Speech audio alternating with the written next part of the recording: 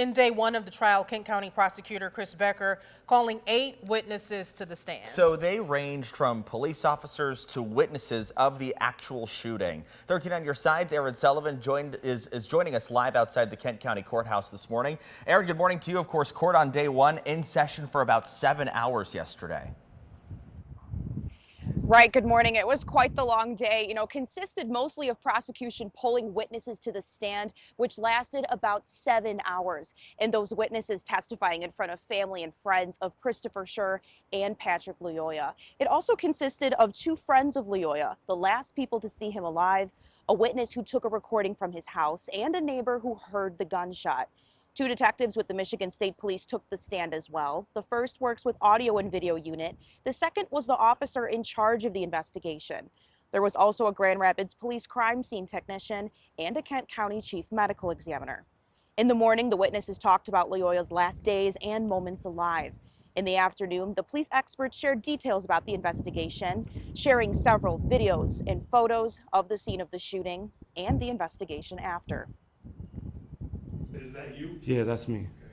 And who were you talking to at that point? I was talking to Patrick. I was just telling him, man, come on, I know it might not be your day, man, but you got to stay down to live. The manner of death in this case was homicide.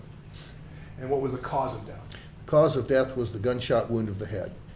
When you say the manner of death being homicide, can you tell the jury what you mean by that? We have 5 choices for manner of death, and the medical examiner, it's part of our job as medical examiners to make the determination. It's not a legal determination. In other words, just because I call a death a homicide doesn't mean somebody's going to be prosecuted.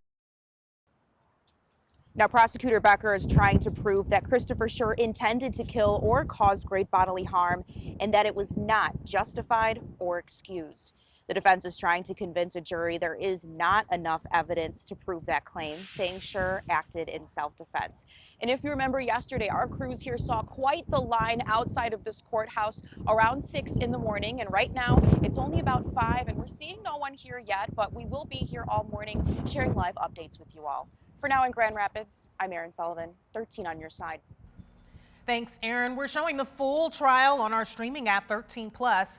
Our live stream starts at 8:30 every morning, but the judge has ordered that the actual trial be shown on a 30-minute delay. That means we cannot show the trial until at least 9 a.m. During that half hour, Lauren Baker will explain what's happened so far and what's expected to happen for that day. Again, that's on our streaming app 13+.